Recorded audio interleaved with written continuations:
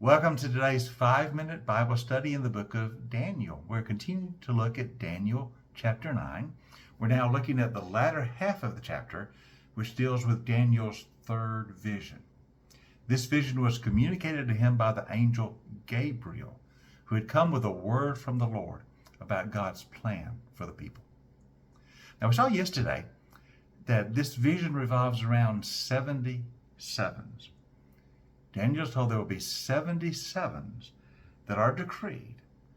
And God's purpose in this plan is to bring an end to sin, put an end to wickedness by making atonement for sins. The sin problem is the problem of the world. It was sin that had led to the exile of the Jews in Babylon. But as God is ready to restore his people, he's also ready to begin a plan that will bring an end to the sin problem by atonement. Now, he says it revolves around 70 sevens. Now, the sevens are weeks. It could be translated as 70 weeks. Almost all interpreters agree that the weeks or the sevens are weeks of years. So when he talks about 70 sevens, he's talking about 70 weeks of years, or 70 weeks involving a 7-year period. So 70 periods of 7 years that will culminate, it seems, according to Daniel's vision, in atonement being made for sin. Now notice how that verse 24 ended. We read this yesterday. These 77s are decreed to put an end to sin, to make atonement, and to anoint the most holy place. That's key, the anointing. Now, that can also be translated to anoint the most holy one. So is this referring to a place, which would probably be the temple or the sanctuary, or is it referring to a person? I think it should probably be translated to anoint the most holy one, or to anoint the most holy person. I say that because in verse 25, this phrase is used again, that the 70 weeks begin with a word to rebuild Jerusalem, and it will last until the anointed one comes. Obviously, they're referring to a person. And then in verse 26, it says, after 69 of the sevens are over, the anointed one will be put to death.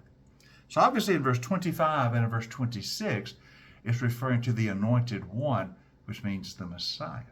So I think probably verse 24 should reference the Messiah as well.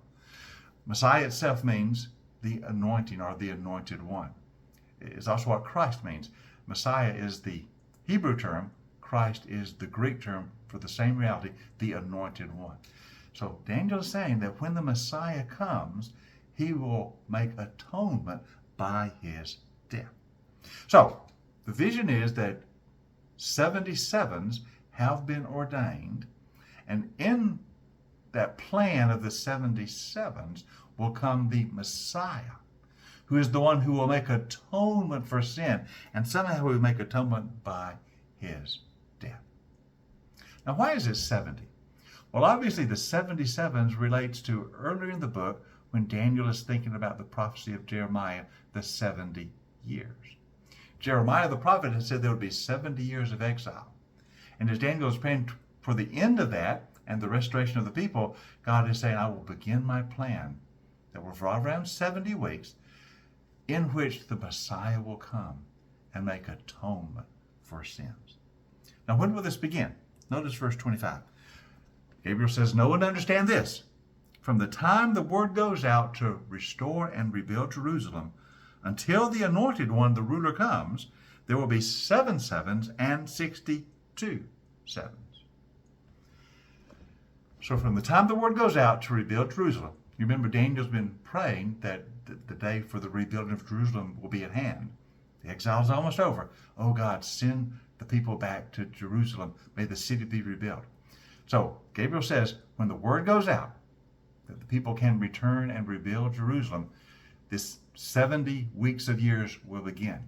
And after 69 of those weeks, the anointed one, the Messiah, will come. And he will be the one who will effect the atonement for sins by his death. For when he comes, he will be put to death. So after 69 of those 70 weeks, the Messiah is going to come. When he comes, he will effect atonement by his sacrificial death. Daniel is seeing this in his vision. And though that countdown begins, or that timeline begins, that 70 weeks begins with the word going out to restore and rebuild Jerusalem. Now that word historically is about to go out. Very soon after Daniel receives this vision, Cyrus, the king of Persia, is going to issue a decree that any of the Jews living in exile in Babylon may return to Judea, may return to Jerusalem, and may rebuild the city. That is about to happen. And that begins the timeline of the 77.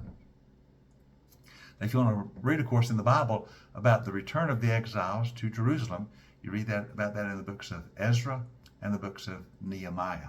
How they return and begin to rebuild the city, rebuild the nation. How Nehemiah comes to begin to rebuild the walls of Jerusalem. All that is in fulfillment of what God said would happen after the 70 years are over. And he also said that when Cyrus issued the decree, which he is about to do, in around 538 BC, that begins the countdown for the 70 weeks. And after 69 of those weeks, the Messiah will come, and he will effect atonement for the people. Join us tomorrow. We'll continue talking about this in our next 5-minute Bible study in the book of Daniel.